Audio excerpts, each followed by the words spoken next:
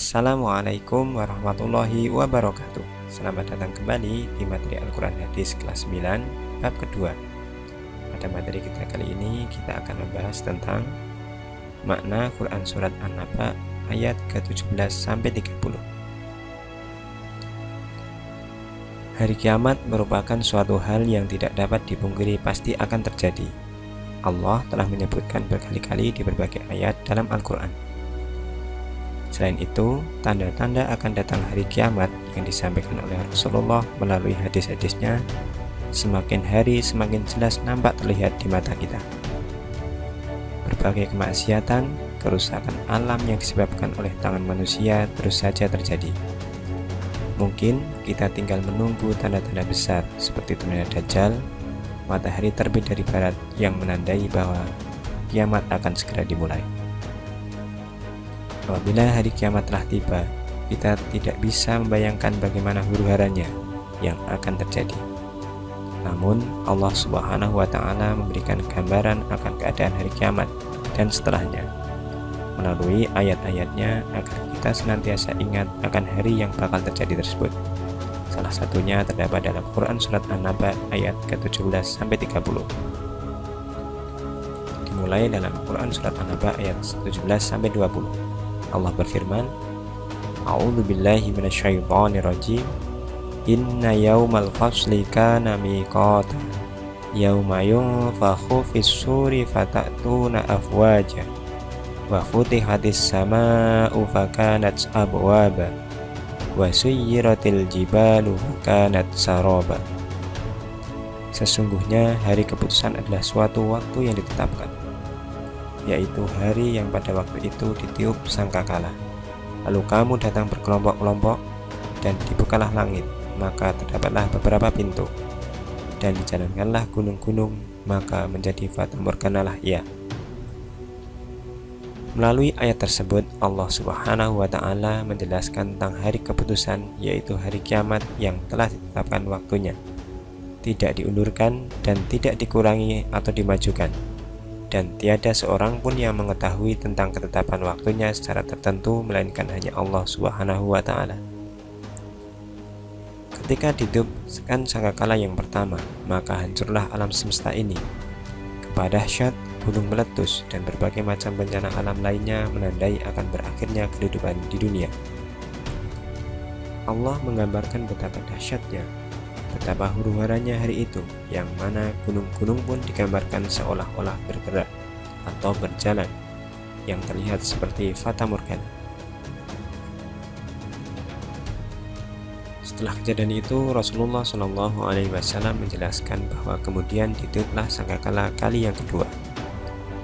Kemudian Allah menurunkan hujan dari langit, maka bermuncullah mereka sebagaimana tumbuhnya sayur mayur. Tiada suatu anggota tubuh pun dari manusia melainkan pasti hancur kecuali satu tulang, yaitu tulang ekornya. Maka darinya lah makhluk disusun kembali kelak di akhirat. Hadis riwayat Bukhari.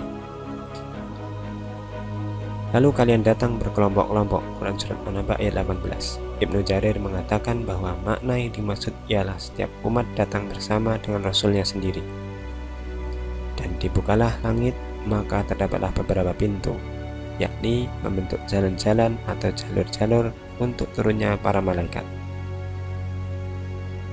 Kemudian Allah berfirman pada ayat ke-21 sampai 26, Inna jahannama kanat mirsada lit-taghina ma'aba labithina fiha ahqaba la yaduquna fiha bardaw wala syaraba illa hamiman wa ghassaqa jazaa'aw wifaqa.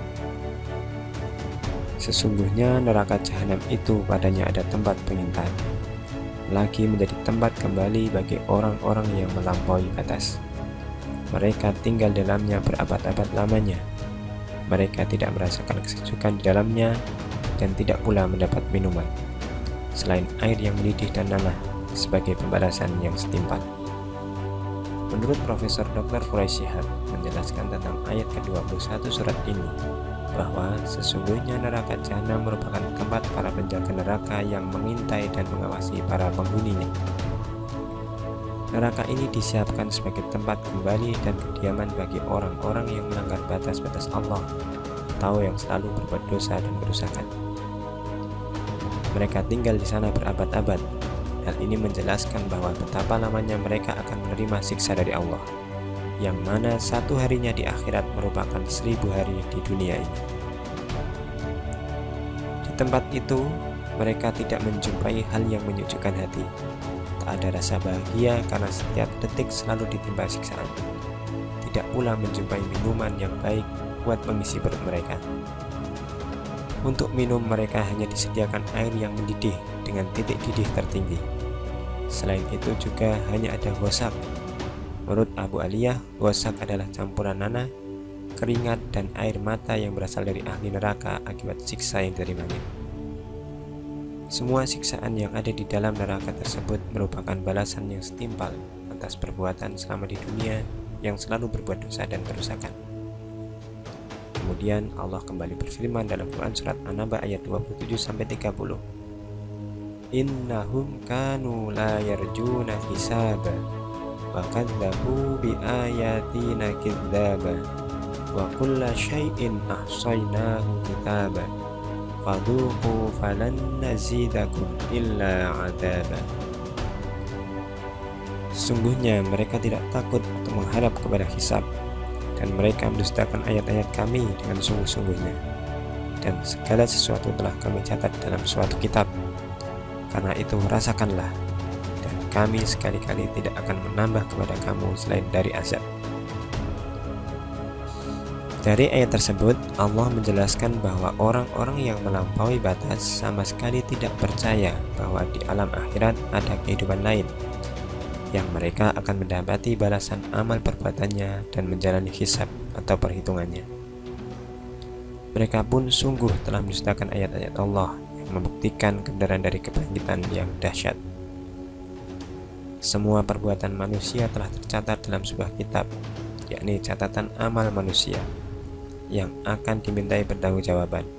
Jika baik, maka balasannya akan baik. Namun jika buruk, maka balasannya pun juga akan buruk.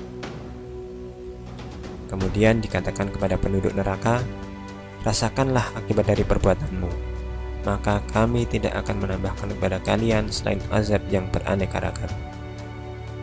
Ya, mereka akan terus mendapat azab selama di neraka, bukan tiap jam sekali, melainkan tiap detik, tiap saat, tiap waktu ahli neraka akan menerima azab dari Allah tanpa kenal na'udzubillahi min dzalik. Semoga Allah selalu memberi petunjuk kepada kita agar kita termasuk golongan orang-orang yang soleh dan terhindar dari siksa neraka. Amin ya rabbal alamin. Demikian tadi penjelasan makna Quran surat An-Naba ayat 17-30 tentang hari kebangkitan dan bagaimana suasana saat itu.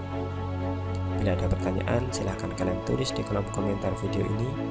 Bila video ini bermanfaat, silahkan klik share. Dan untuk mendukung berkembangnya channel ini, silahkan klik like dan subscribe. Ada kurang lebihnya mohon maaf. Wassalamualaikum warahmatullahi wabarakatuh.